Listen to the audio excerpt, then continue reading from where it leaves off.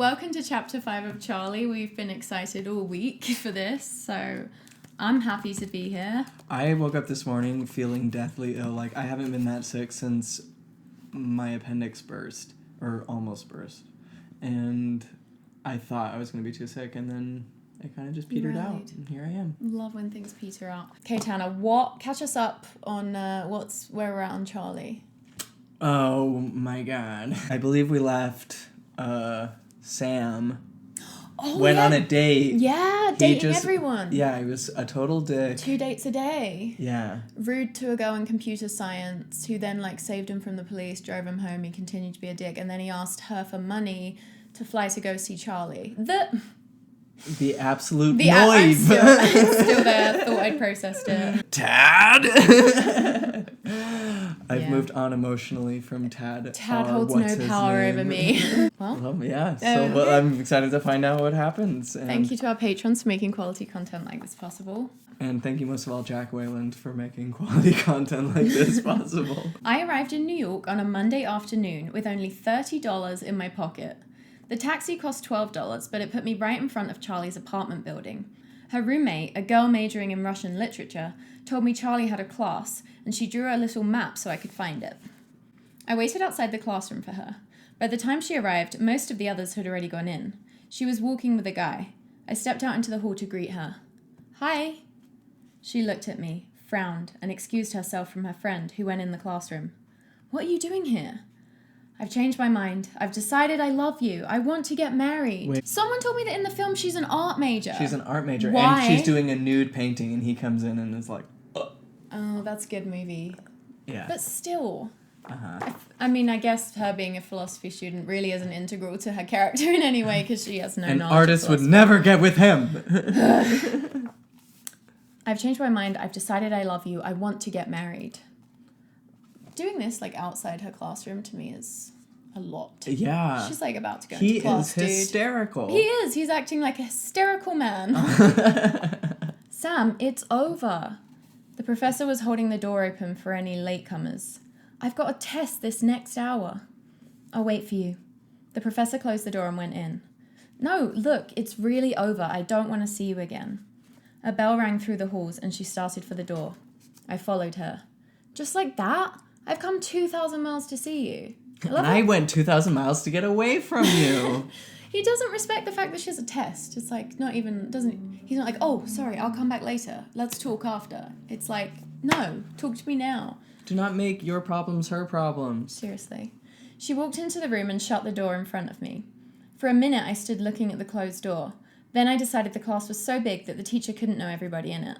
I opened the door, walked over next to Charly, and sat down. That's a huge violation of boundaries. She's made it very clear she doesn't want you there. This is her university that she goes to. She chose to fly away. Yeah, this is serious. This isn't just fishing. Yeah, I hate when stuff like this gets cast as romantic and of course, but... Okay, so he sits down next to Charly. I love you, I whispered. Sam, please, this is an important test. Have you been going to church here? He's really playing it cool. He's going to win her back, I can tell.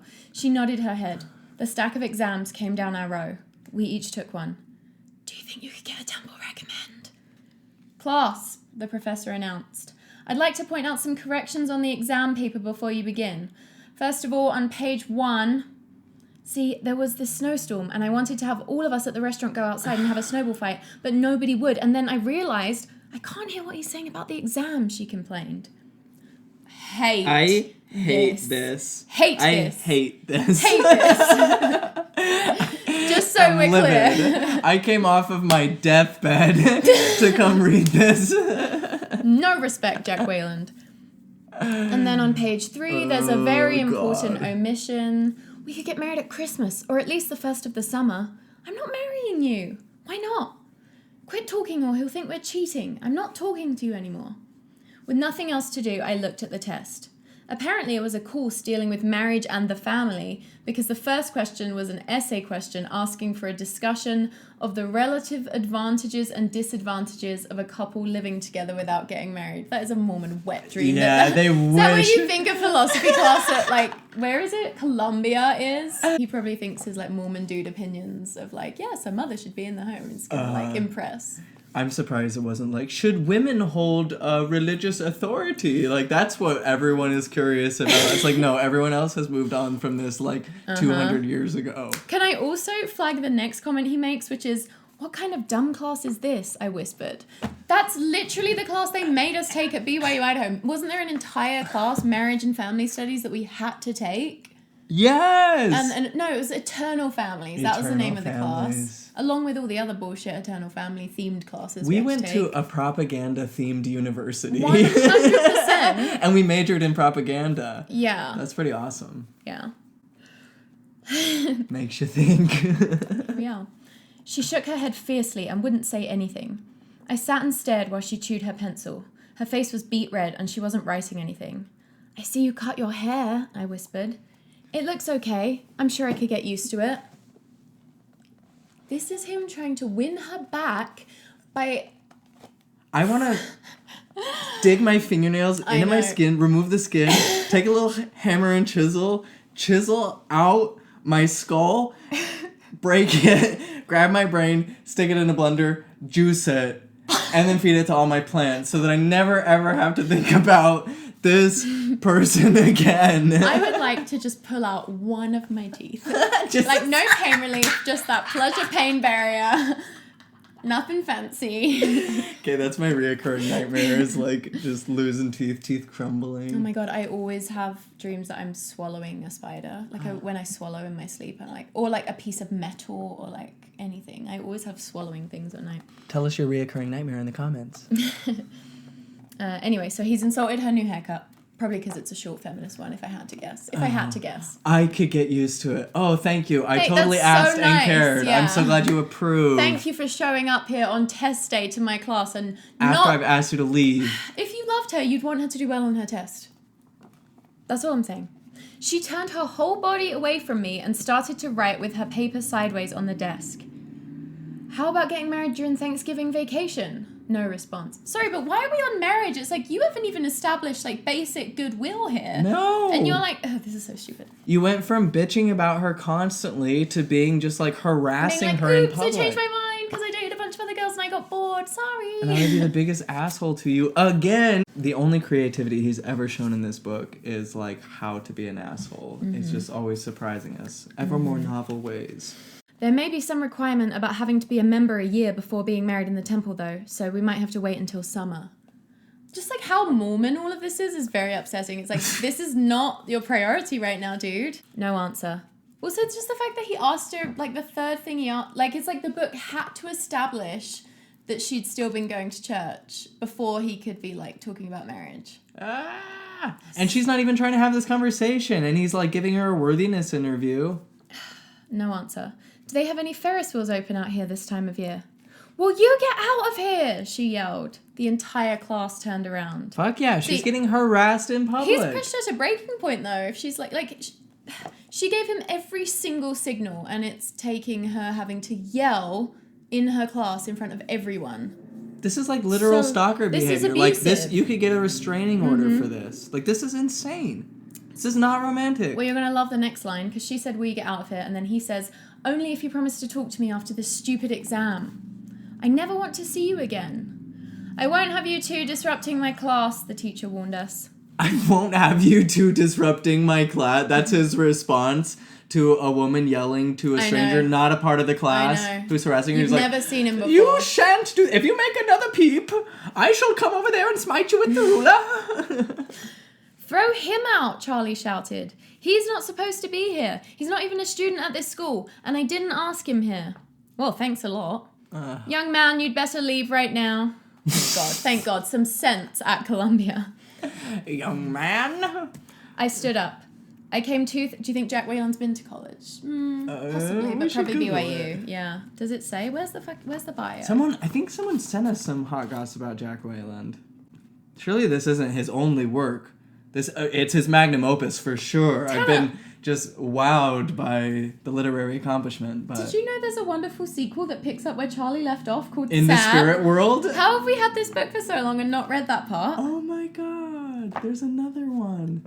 Oh, as if he's the least good part of the book. Why would you want to read a book just about him? He sucks. Let us know what you guys think. I know we're not even halfway Cut through this out, but series. she dies just to get away from him. Seriously. Wait. Retired professor? Oh, physics? You're lying. This can't be... This guy studied physics, but at BYU, Idaho. He was a teacher of physics. Oh. Okay, let's find out. Okay, he graduated from Billings Senior High School, Montana, and then attended... I'm just kidding. I love He all went my to props. Montana State University for physics. Isn't that quite impressive? He went to my university. I have a state? Oh, Oh. I heard Tanner. Tana and Tana. After his mission, he went to BYU and received his PhD in physics. Wow. While But not attending writing. BYU, he decided to take an elective course in creative writing. After a few weeks, he realized he was in trouble. He was not a very good writer. What? One time I ventured to tell my instructor I wanted to write LDS fiction, and he said, "You're not serious, are you?"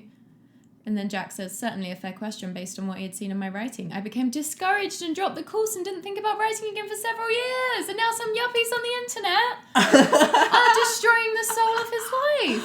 Oh. We have to quit the series. This is it." Did not expect this to Shit. have been written by a physics PhD. Dr. Jack Wayland. We will be referring to him as Dr. Wayland from now on. I can tell he was a physics professor and not a chemistry professor. Okay, let's move swiftly on from that joke. Okay, so the teacher said leave. I stood up. I came 2,000 miles and I'm not leaving until she agrees to at least talk to me. I want to marry her now. I didn't this summer when she wanted to, but now I do. And I want all you people here to know that I want to get married. I don't just want to live with her the way you do in New York. I have neighbours. Damn it. The walls are paper thin. Sorry, my sleep paralysis demon is actually Jack Wayland's ghost of Dr. Sam. Jack Dr. Wayland's Jack ghost. Wayland. You're thinking of Dr. Wayland's monster. People get that one wrong. Perhaps I could have worded that better. What are you talking about? She screamed. Nobody's living with me. I meant that in general, I stammered. I mean, have you all looked at question number 1? It asks you to talk about the advantages of living together. I want you all to know that at Brigham Young University, there is no question like that. Yeah, but there are questions like that. Except it's just worded one way in advance. Like, describe the, And it doesn't matter how well you've reasoned if you're not just falling in line with the predetermined conclusion. Mm-hmm. The professor whispered something to one of the students, who quickly left the room. 5 minutes later, I was handcuffed and led into the back seat of a police car. This guy's having run-ins with the law. I spent the night in jail, and then they drove me to the airport, put me on the plane, and told me if I ever came back, they'd press charges. There's something in my throat. It's a weird Adderall thing that happens. You got some Addy in the throat. Addy Daddy been down there. It's not that simple. At least I didn't have to pay cab fare again. On the way back in the plane, I figured that nobody needed to know about my little adventure. After all, I hadn't really been booked on any charges. I was, of course, a white man. There was no reason that anyone in Utah need ever know. But when I stepped off the plane, my parents and our bishop were there to meet me, which was a surprise. Just the casualness with which the bishop's at the airport. Like, this is just normal in Mormonism. Better go greet Sam, home from his love adventure. In half an hour, I was seated across from my bishop in his office, not a cult. It's possible that we may still be able to keep you enrolled at the Y, he began.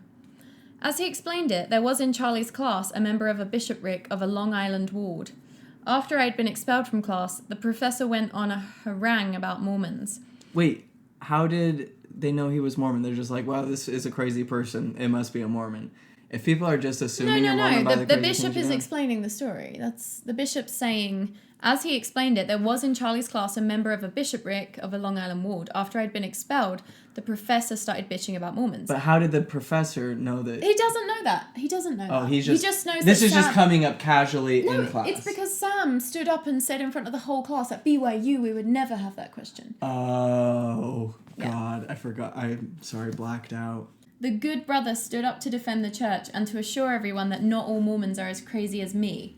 Afterwards, he naturally wanted to know my name. Charly gave it to him. He called the bishop, who phoned so this is like Mormon tassel culture. He called his bishop, who phoned BYU, got the name of my campus bishop, talked to him, and then phoned my homeward bishop. All this while I sipped my soft drink on the plane. Not a cult.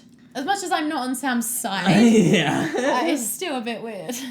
Quite the grapevine there. Also, since when do Mormons care about, like, I don't know, men? I feel like this is the story of every apostle's love story. Like, she didn't want me, but I wore her down. Yeah.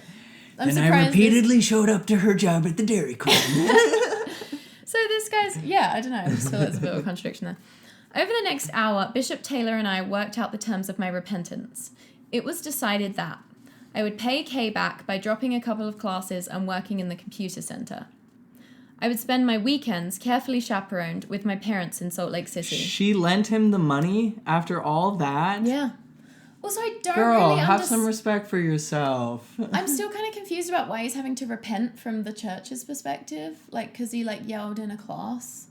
Yeah. Like, he I get brought it. shame to the BYU name. He did one of the most grievous sins there is, which is embarrass the good name of the church. You're right.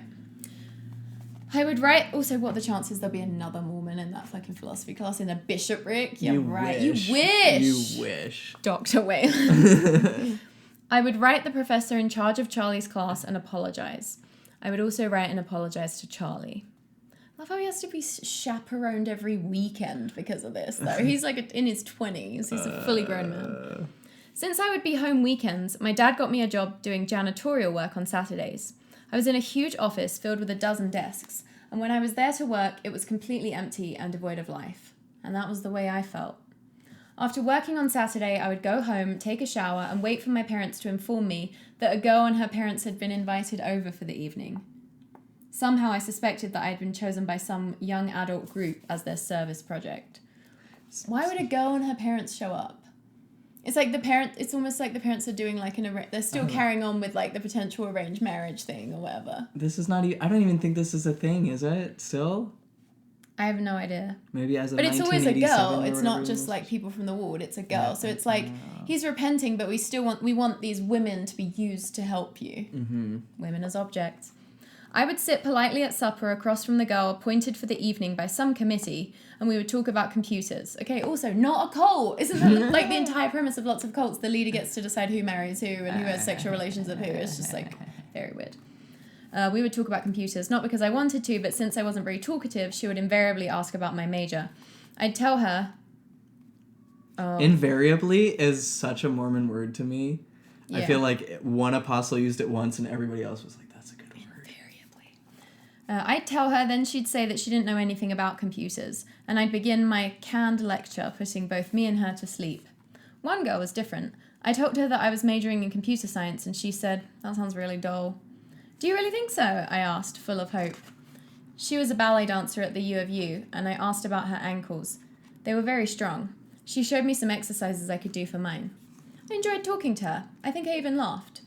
Just before she left with her parents, I asked her if she'd go with me to the Ferris wheel. Cringe, you did that once. Ew. It's like that Olivia Rodrigo song, Deja Vu. Remember all the things that you and I did first? That was the original Olivia Rodrigo Deja Vu. She looked at me strangely, smiled kindly, and said, Sam, it's winter now. It's closed down. I know, I said quietly. I meant just to look at it. Fucking loser. Her parents, seeing their daughter's plight, quickly changed the topic of conversation, and then cheerily and nervously whisked her away. But I went to the Ferris wheel. Every weekend I spent a few minutes on a cold park bench and stared at the skeleton of the ride. They had stored the chairs inside for the winter, but the frame was still there. And sometimes when it was snowing hard enough so my parents couldn't see very far into the backyard, I'd go back and stand among the rusted brown cornstalks and think about Charly. Oh, he still lives with his parents, doesn't he? Yeah, and like takes marching orders and dating orders and recruiting cult orders. It's probably how it was for Jack Whalen growing up, you know? Yeah, a little insight to old Jackie boy. Then there were the meetings with Bishop Taylor. Each week we talked. He was very kind. I could tell him anything and he would listen and try to help. Oh. Some good came of it. This is just some like weird subtle indoctrination. I know, it's all very strange. This is very normal to be having to This is how I should be dealing with. It's like maybe go to a therapist. Bishops are not therapists. It's They're like not qualified. He only got himself into this situation because he was emotionally unavailable and a dick, but then also like got this like exaggerated attachment for her and like crossed her boundaries. Like all of this stuff is stuff that needs to be worked out in therapy, not through guilt and shame and repentance. Yeah. Some good came of it. One of the girls from the ward who spent the evening at our home must have written Charly and told her about me, because in early April I got a card from her. Wow, Charly sure has a lot of connections, considering she was in the church for like 3 weeks. Sam, she wrote, I'm sorry to hear you've been having some problems. Sometime I hope we can be friends. Love, Charly. That got me through the rest of the spring. At the end of the semester, I moved back in with my parents for the summer to work at the same job I'd had the previous year. The first week of June, one of the girls who had made me a project called me. Sam, I found out today that Charly is back in town. She is? I brightened up. Yes, but with another guy. After work that day, I drove around her block at least 10 times trying to figure out a plan. Nothing Freaky came stalker. to mind. I know. Nothing came to mind, so I finally just parked and walked to the door. There were several cars parked in the driveway. Apparently they were having a garden party in back, because there was a sign on the door inviting latecomers to just walk in and go through the kitchen to the backyard. I took the sign's advice and eased my way into the kitchen. Through the window, I could see Charly standing next to a business-type person who made his gestures with a pipe in one hand. Oh, yes, welcome to my business party. Well, does that mean this is a party without the Holy Ghost present, if he's got a pipe in one hand? It is a business-type party, so there might be, like, cocaine-type drugs. Tea-like drinks. I'll be back in a minute, Charly said as she left and walked into the kitchen. Some seed-like. She was halfway through the room before she looked over and saw me. Sam? Hi, Charly. Good grief, you scared me. For a minute there, I thought you were the ghost of boyfriends past. A friend of mine told me you were back. They say it's serious when a girl brings home a guy to meet the parents. Are you engaged? Not officially, she smiled, but very close. Would you like to meet Mark? He's discovered some very good investment opportunities right here in Utah. I bet he has, and it's called fucking the mountain over for profit. Building an inland port right on an internationally significant wetlands area. It's fine. It's fine. But birds come from millions of miles just to land here. It's fine. They can't anymore. Big deal. It's fine. We've killed all the mosquitoes out there. They have fall down and die. It's fine. Fuck them. Maybe you two could work out a partnership, she said. The thought of meeting Mark depressed me. No, I'd better go. Starting for the door, I saw the living room and the mantel and remembered the sunflower seeds and the discussion about her baptism and the 1,000 other memories of that big box of a room. I mean, were there 1,000 memories in that room you were in like 1 time, 2 times? Mm-hmm. I don't know. I turned back to face her. I'm sorry for making such a fool of myself in your class. I sent an apology to your teacher. Don't worry, it's okay. Can I walk you to your Jeep? We stepped out the front door. Whatever happened to all the tickets we got for the Ferris wheel, she wanted to know. I still have some of them, I answered. I thought you'd probably use them for your other dates. Nobody else understands about Ferris wheels. I paused and then asked, have you ever been on a Ferris wheel with Mark? No. What is this? What is this? Is this a metaphor? Why is the Ferris wheel so important? I think this is Jack. Have you ever ridden on the Ferris wheel with Mark? Have you? I think it's just... How many go-rounds? it's Dr. Whalen trying to be literary, you know? It's like a symbolic... It says... Yeah. Oh, I said slowly. We stood painfully looking at each other. Finally, she broke the spell, touching the hood of the Jeep. Did you ever get this thing out of 4-wheel drive? She asked. Sort of. Now I can't get it into 4-wheel drive. We both smiled faintly. I decided to go for substance since this was probably our last conversation. Charly, why didn't you talk to me in New York when I visited you? I don't know, Sam. I should have. You came all that way. I should have talked to you. You would no. You didn't visit her. I know. You harassed her. You that is so insane. Her. I guess I was still hurting from the summer. I'm not hurting now. Walking to the right-hand side of the Jeep, I reached in, opened the jockey box, and pulled out several faded tickets. There are still a few left, I said, showing them to her. I wonder if they're still good, she said pleasantly, looking like her mother with a plastic smile so proper and polite. I love how he just roasts Charly's mother for being plastic. It's like, you don't even know her. You have not even mentioned her name. You've just said ornery things to her. And this is like the mother of the woman you love. Rude. Why do you wonder? The veneer disappeared and she quickly added, I meant that you should find someone else to use them with. It will never be the same, would it? I'll just get rid of them once and for all. I began to rip them up into little pieces. Don't, she said. Our eyes met. Charly, could we go somewhere and talk, just to make sure things are the way we want them? I can't, it's too late. Are you married? No. Are you engaged? No. Then it's not too late. Maybe there's nothing left between us, but don't make me live the rest of my life wondering what would have happened if. If there's really nothing left, at least give me the peace of mind of knowing that. You know, she doesn't owe you jack shit, Yeah, she Jack. owes you nothing. This is Jack shit. What do I tell Mark? Leave him a note saying you're going for a ride and you'll explain later. She went into the house and in a minute was back again.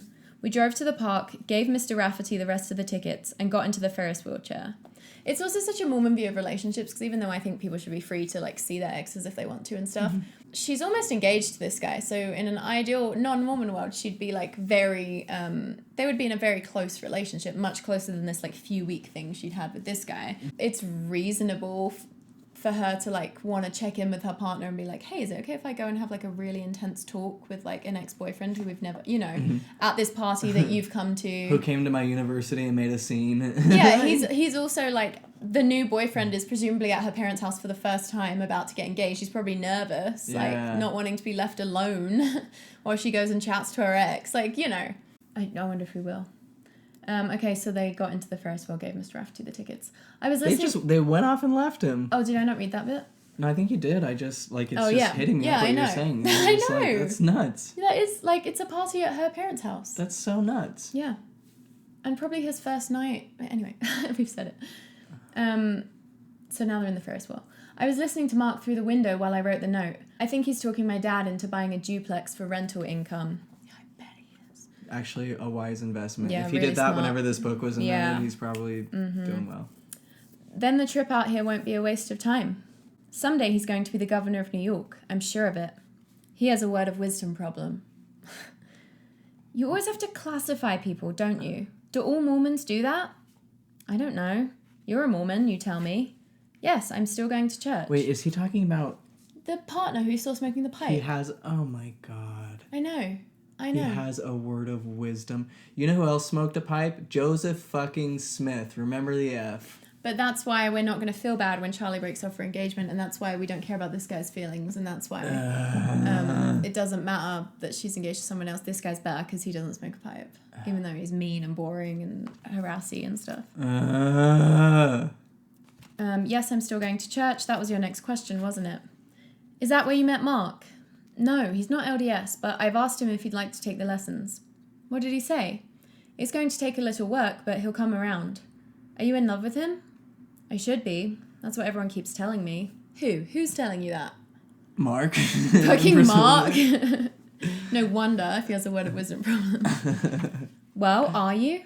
I have a high regard for him. You could say that about your milkman. Don't push me, Sam. At least he's never been arrested. All I'm asking you is to wait before you do anything dumb like getting engaged to him. Why? For starters, he can't take you in the temple. A marriage with him would have a built-in divorce clause. Every marriage... What does that even mean? Meaning... Doesn't everyone get married, like, for thinking it's forever? Yeah. Like, till death do us part, or, like, whatever. I mean, I wouldn't, but... I mean, I would never, but... To my mom's credit, she said that to me once. She was like, you could always get a divorce. And I was like, But he's just, like, denigrating non-Mormon marriages, like... has a built-in divorce clause. It's a lesser marriage. It's like the marriage rate's like basically the same, dude. Basically the same. So if it's higher, it's because people just have like more shame about leaving a bad situation. Honestly, though, it's like I guarantee most divorces are like healthier than people staying in relationships. Oh yeah, I'm very pro-divorce. So I should marry you just because you can take me to the temple? I mean, yeah, I think that is his argument, right? Look, if it's not going to work out between us, just say the word and I'll introduce you to about 40 returned missionaries who are eligible. Pick one of them to take you to the temple, but don't marry out of the church. You sound like a bishop. You sound like a bitch up. Nice. Charly, I haven't been able to forget you. Maybe at first you loved me more, but I've had a year to catch up. Give me another chance. And we just had a year of idolizing her. You still... She started to rummage through her old leather bag. You can never find anything when you need it. I put tissues in here and they're around for months, but the minute I want one, they all disappear. That's what I get for investing in magic tissues. I have a clean handkerchief, I volunteered. She wiped her eyes and blew her nose. Tomorrow night, my mother is throwing another party. She knows I haven't said yes to Mark yet, but she's trying to talk me into making an engagement announcement at the party. She even has a cake ordered that will say best wishes for a life together. And you know she's not fond of you. So what do we do about that? Cake will freeze for months. Put it in the freezer until you decide. So we have literally not heard a single adult conversation Not between one. them. There's nothing that indicates that they are ready for this kind of commitment. No, she's going along with a relationship because her alcoholic parents think she should. Not cool. Congratulations on getting a therapist. I don't think you should put him in the freezer, but it's up to you. That's funny. Just then we heard somebody arguing with Mr. Rafferty. It was Mark. Showdown! We've got a Hugh Grant, Colin Firth situation on our hands. Just two dashing dreamboats. Charly scrunched down in her chair, but he'd already seen her. I want this thing stopped. He's kidnapped her. Honestly, a reasonable assumption if he's heard the story of him going to Colombia. Yeah. I'm not stopping anything until their ride's up. They've got 10 more rides left, and that's what they're going to get. Mark stormed away to a payphone and made 2 phone calls. Charly, what did your note say? I just said I was being taken for a ride. Is that bad? Not usually, but he thinks you've been kidnapped. He probably found the torn up tickets and came here.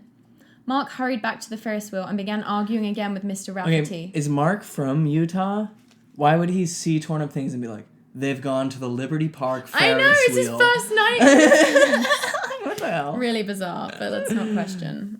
Jack's ways are higher than our ways. On our way Jack's down... Waylands. Shut up.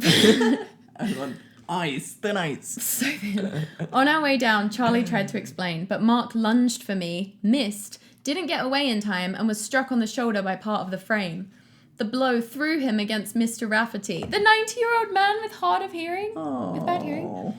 They both fell down and in the process broke off the speed control lever. We started going fast. This is like a Scooby-Doo episode. This isn't real. There's not a secret turbo speed setting on a Ferris wheel. Why did we invent it like this? So many people die. Well, we are in for the high-speed chase of the book, I think, because it says, we started going fast. I put my arms around Charly and held her close. Oh, they're going second base. So she still has a boyfriend. Who's right there? If I hadn't been so scared, I would have enjoyed it more. Rafferty was unconscious. What the fuck? That should immediately be I don't want to hear anything else about the details of the situation. An old man is unconscious. Yeah. You need to immediately navigate that. Okay, police round 3, they're gonna triangulate this shit, and he's serving time. Yeah. This is insane. He's disorderly a lot. He needs a wake-up call. He needs to be scared straight.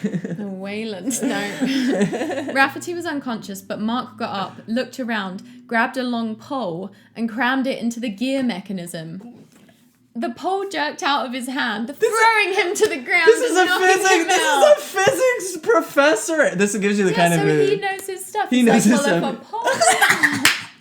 And then that would into the gear mechanism. He's writing this book and he's drawing up a little physics diagram of how this would all play out. No, they're gonna be rotating at around 32. I'm so glad we learned about his physics degree before this chapter, or in the middle of this chapter. This is a Scooby-Doo. I can't get over this. Okay, so Mark, the pole jerked out of his hand, throwing him to the ground and knocking him out. So we've now got 2 men knocked out by this incident. Suddenly, the pulley for the drive mechanism snapped. Okay, yes, it makes sense. This is chaos. And the Ferris wheel slowed down and stopped. Less than a minute later, the police arrived.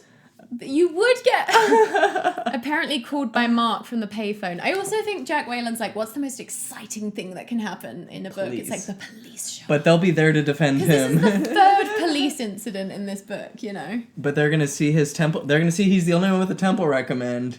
And they're going to be on his side. Yeah, officer, that guy has a word of wisdom problem. Technically, that is still illegal. They're we did find you with a pipe, and no one under the age of 37 is allowed to have a pipe in Utah, per Brigham Young. So Mark's called the police, and they've arrived. An ambulance took Mark and Mr. Rafferty to the hospital. Then Charly's mother and father arrived. Charly leaned over to tell them that everything was okay, but the motion caused one of the light panels to fall to the ground. The police told us to be quiet and not to move around. Or they got guns drawn, What full an assault absolute gear. scene. This was written to go to film, wasn't it? The And action. surprisingly, it was not this dramatic. It's almost as if it didn't play out quite believably in person. One of the policemen grabbed or it would just like, it would make the film into something kind of slapstick. It's like just a random slapstick It suddenly scene. turns into the Naked Gun, just... Don't know the reference, but... Slapstick. One of the policemen grabbed a bullhorn and summoned me. I want you to throw down the weapon you used against the operator and this girl's boyfriend. I don't want you harming the girl. No, I don't ever want to do that, I whispered in her ear. You've already got a charge of kidnapping against you. Don't make it any worse. Throw down the weapon, he demanded. The kidnapping for this situation? Mm-hmm. Well, that's not fair if he actually does get a kidnapping situation, because she did go willingly. Sam, you're not cooperating, she teased. She jokes, but like... The community she belongs to will once defend the murder of innocent people for that same reason, for less. Yeah. I don't have a weapon, I said to her. If he got shot, they'd better be like, well, he had it coming. Let's see if I can help. She opened her bag and we sifted through the contents. Finally, we found a pair of pinking shears, which we tossed down. It seemed to please everyone. In a few minutes, that seems like a really dumb move to, like, act as if he did have a weapon. It's like, just be like, I don't have a weapon. And then she needs to be yelling out, like, officer, I came here consensually. I don't know. In a few minutes, a fire truck with a ladder pulled close to us. Miss, just reach slowly and grab hold of my hand. I'll have you down in no time, the fireman on the extended ladder said. If I jumped, that'd be getting down in no time. Let's take it slow. See you, Sam. Just some of her, like, quirky, funny. In a minute, I was back down on the ground too. After Charlie talked to the police and we called the hospital and had Mr. Rafferty explain things, they undid the handcuffs. What do you mean he explained? What did he explain? As if he would defend them after... Just a lover's tip. I was happy to be knocked out in service of it. My second time this week. Happens all the time. On our way to the hospital with her parents, Charlie explained that she probably would get engaged, but not at the party next day, and maybe not to Mark. Wow, this has won her over. Maybe. This has won her over. Flighty, isn't she? She was like, this is exactly the kind of chaos I'm looking for. Let's ruin each other. This is a power ending to the chapter if I've ever read one. But what about the cake? Her mother asked. Freeze it, we answered in unison. That's just what we did. Still not the sex chapter. Wow, that was brutal. I feel like I got knocked unconscious in that whole squabble. Should we file a restraining order against Sam? Against Jack. Okay, good times. This is going to be fun to edit, so let's wrap up quick. Thanks for joining. Thanks for another round. How's everyone feeling about the development of the plot? Character development, too. Wow. Also, question for everyone. What's your favourite word of wisdom problem? I know mine. But we'll never tell.